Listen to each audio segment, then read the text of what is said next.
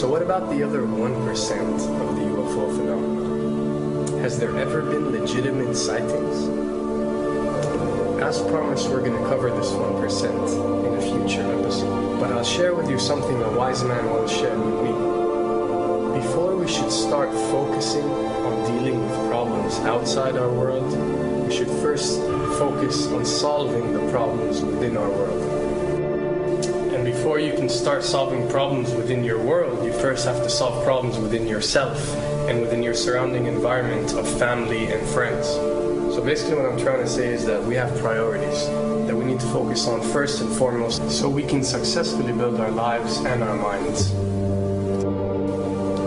Now, it's no secret that the difference between what the government knows about UFOs and aliens and what is shared or released to the public is extremely enormous. And unfortunately, governments and several organizations on Earth are taking advantage of the UFO phenomenon to achieve worldly agendas.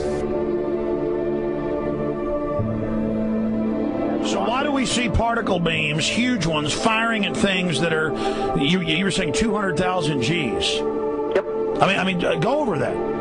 Well, because I think it's part of a test for if there are bad guys out there. Or maybe they're doing preparations for faction. We may be looking at more than one faction. Remember, these groups tend to fragment. They fractally fragment so that you have wars within wars within wars. You know. But why would NASA release that footage? Well, remember, you've got all the good guys in NASA, and then you've got a few who are not good guys. The good guys don't know that there's something to keep secret. Remember, the lie's different at every level. They believe the lies they've been told. So when you set up a structure, an institution, which is supposed to be open and above board and is supposed to present live TV of the shuttle mission, they present live TV. Now, the controllers can't say, oh, well, you can broadcast this, but you can't broadcast that. Because the honest guys will then say, sure. Well, why can't we broadcast that? So people always say if this was happening, it would come out, and it is coming out. Well, I mean, I agree with you. When you've got the Catholic Church saying we need to love the aliens, they're our brothers, when you've got every major denomination saying it, when you've got all the movies, and you've got, you know, in the 80s, huge programs at the Olympics with aliens landing, you know, fake aliens, and you've got huge things the size of 3 football fields floating over Dallas and stuff all over the place. Something's going on. And then I read government documents about fake extraterrestrial landings. You know, any of this. Why? I mean, you believe it's fake. Remember Operation Northwoods? Yes. Okay. Or we can go to the, September 11th. Governments do huge, big things to sway populations at key nodal points in history. They love hoaxes. Yeah, well, it's manufactured history is what it is. We are building, I mean, all my UFO friends, I need to shake them because they're so, frankly, they're extremely naive, Alex. They really believe we're building toward disclosure.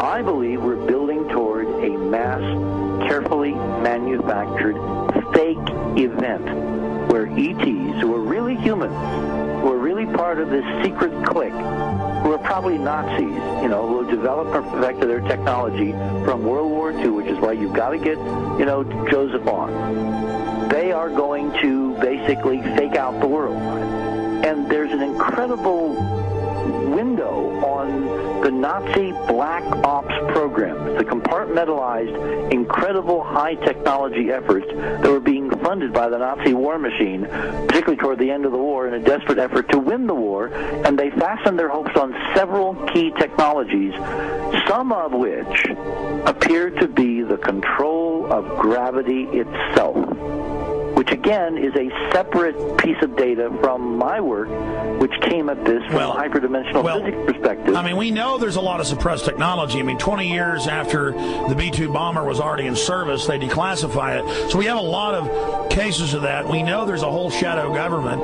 This is technology in physics, Alex, that would make anything you think you know like a candle flame compared to a hydrogen bomb. This is a physics that literally allows you to rearrange time.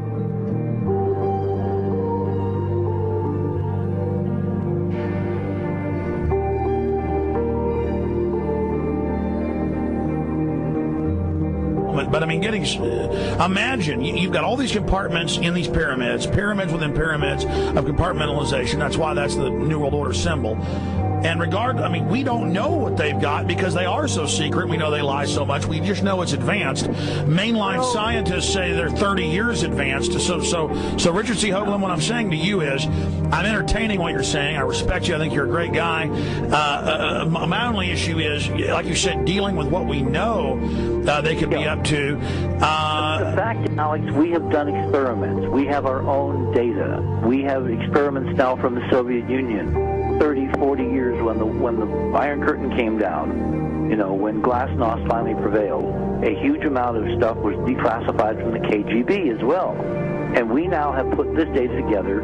We not only know what the physics is, we know what it can do, we know what it's based on, we know how to make it work. We've seen in our own experiments ample evidence. We've seen experiments across the American landscape and even in Europe that vindicate various parts of this.